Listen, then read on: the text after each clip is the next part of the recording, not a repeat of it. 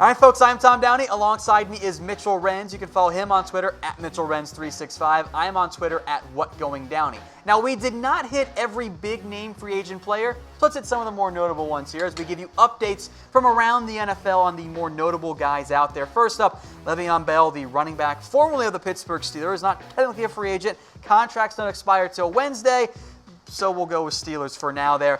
The Raiders remain a threat to land Bell. If you subscribe to our Raiders channel, youtube.com/Raiders Report, you already knew that.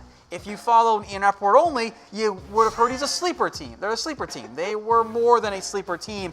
Also keep an eye out for the Jets, the Ravens, the Texans, as well as some of the more other notable teams in the mix here, Mitch. But what do you think of the Raiders and Bell?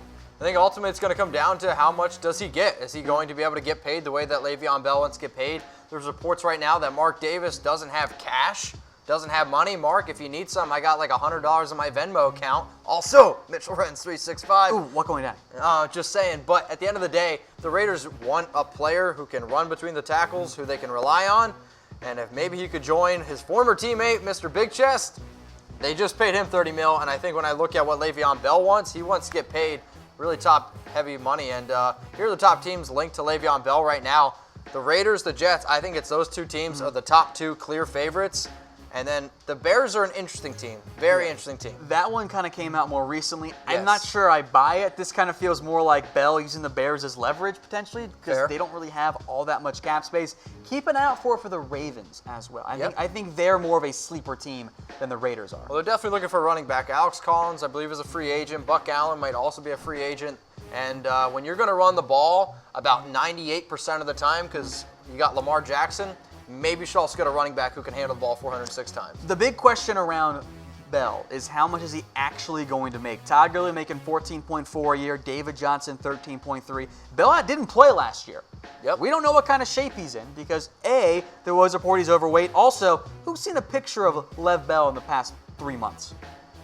No one has. Not a real person. There are no photos going out there. So he did drop an album, though. He did drop an album. Which I believe had the word gamble in it. And you know where the Raiders going to be playing in 2020. Vegas, there you go. Just saying. Guaranteed right there. But in all seriousness, where will Bell play in 2019? Mitchell, I called you a coward earlier for not putting the Raiders at number 1. But that was kind of me being a little over the top. So where do you think he ends up?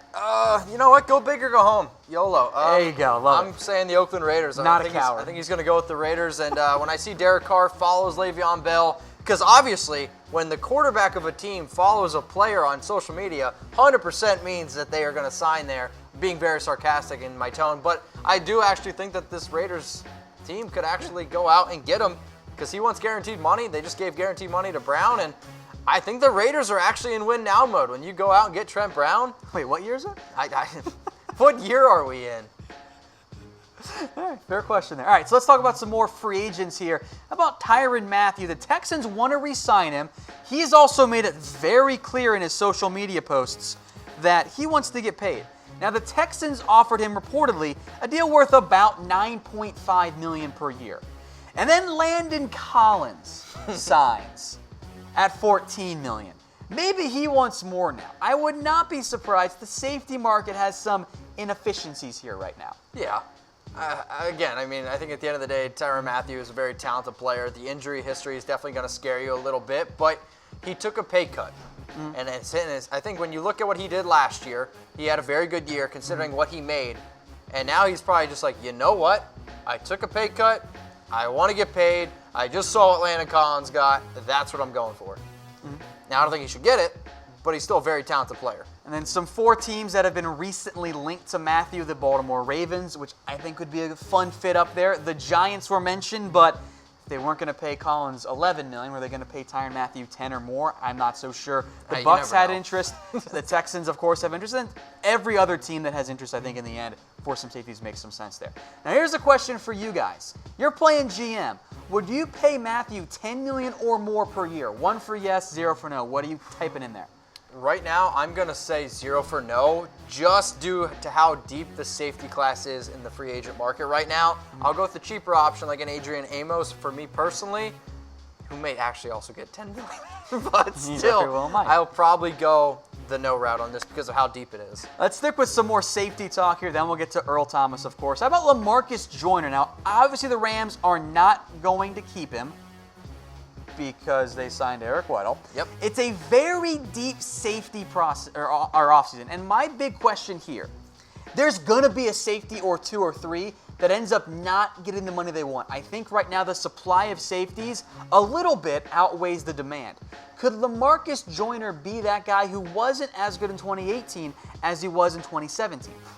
Sure. I think Lamarcus Joyner, also Clinton Dix is another option there. I think those are the 2 players where teams are going to look at what they did in 2017. Both great players. I know Clinton Dix was a Pro Bowler in 2017. Was Joyner? I don't know off the top of my head. Or at least he was a candidate, right? Yeah. And 2018, a little bit of a down replacement, year. That's the word. If I'm a team and I can't go spend big on Collins, who's already gone to the Redskins in case you're just joining us, or Earl Thomas, the Honey Badger, maybe Lamarcus Joyner, maybe Clinton Dix could be 2 players you could say, all right, roll the dice. Let's go for it. He's in that tier 2 of safeties that I think wants to be paid like a tier 1, but I don't know if he's actually going to get that amount of money.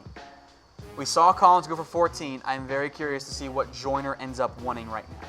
Because I think he's a very good player, can do a lot of different things for you, but he is a bit undersized, wasn't as impactful last year, and really was the 2nd best safety on the Rams roster. I mean, they had a great defense, and also I'm always kind of skeptical about taking players in a oh my Lord, Phillips defense. I think he's like the best defensive coordinator in the NFL. I know. I don't even know why I talk on this show anymore. So, Lamarcus Joyner, let's just move on because I suck. All right, Tevin Coleman, and the report here, as Mitch makes fun of himself from ESPN, is that it could get a Jerick McKinnon type deal. So 4 years, $30 million, somewhere in that range, a little bit over 7. Feels about right, at least for me, for Tevin Coleman. And the teams that miss on Bell, I would assume, will then target Tevin Coleman, who's proven he can be capable of being a featured back. I mean, last year he had 800 rushing yards, 4.8 yards per carry, carried the ball 167 times.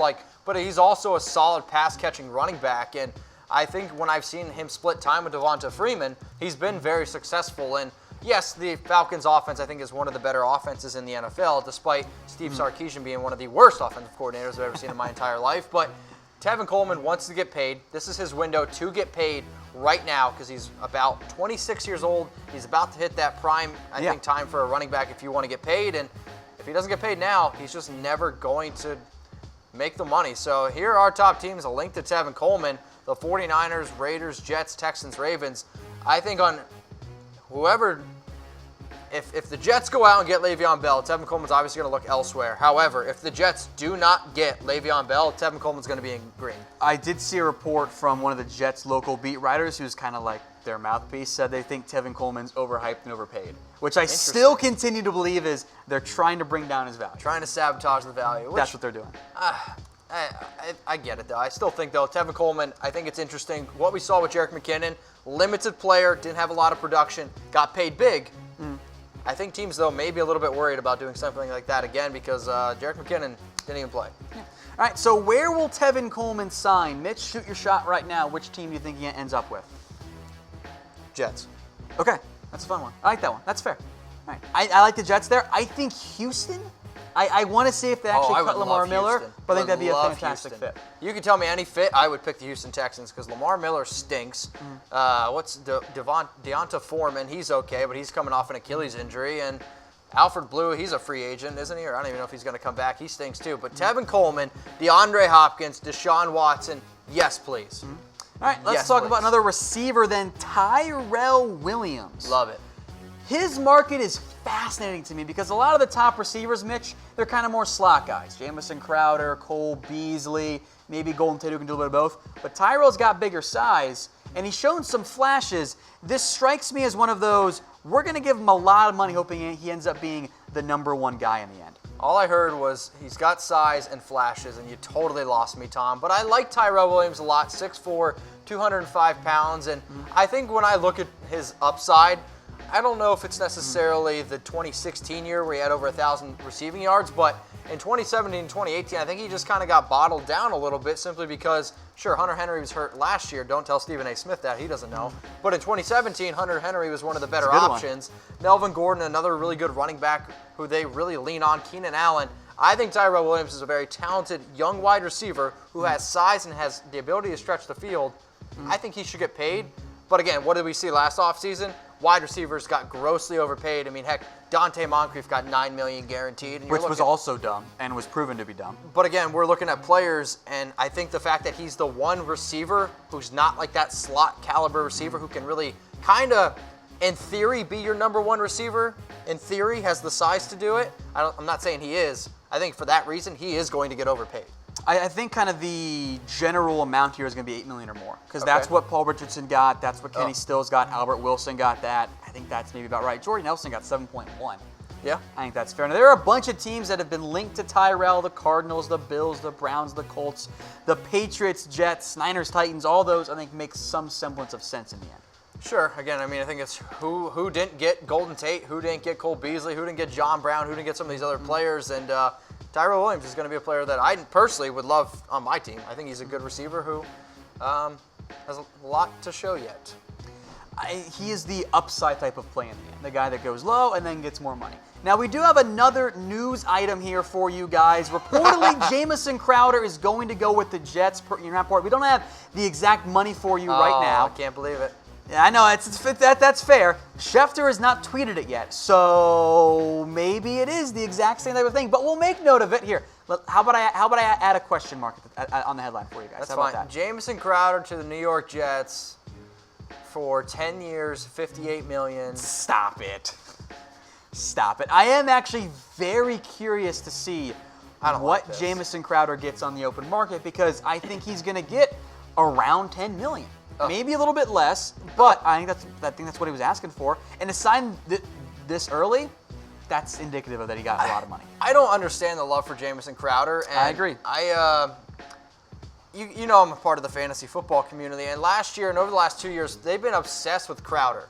Now, personally, I'm a bigger fan of Chowder. However, I don't necessarily understand this move. If you're the New York Jets, you have all this money to spend, and you're going to spend on Jamison Crowder. You want to build around Sam Darnold, you're going to spend money on Jamison Crowder. This is why the Jets will never be anything, in my opinion. All right, let's break down some of the more recent signings. The biggest one so far, at least as far as I'm concerned, Landon Collins, 6 years, $84 million, with $45 million of that guaranteed. Telling you. Big time money there. Go out and buy a boat with that $45 million guaranteed, or you can buy a home, or a motorcycle, or whatever you guys want to buy at $45 million. Or the mystery box. Honestly, I'd be okay with like $45 guaranteed in my pocket today. I mean, I think everyone watching would, because you can still get more later. Super chat, $45. Stop it. Trey Flowers is the next one up there. He plans to sign with the Detroit Lions. Exact money not yet known, but it's going to be a 5-year deal worth about $17 million. So a big payday there for Trey Flowers. Yeah, and I think at the end of the day, when you're a player who can get 7.5 sacks in today's NFL, 5 years, young player, 26 years old, going to get locked up. One other note on the Lions, they've also planned to sign Jesse James, not official because it can't be until Wednesday. The Steelers tight end is going to go there to help fill that need for Detroit. Hopefully so they're spending big money.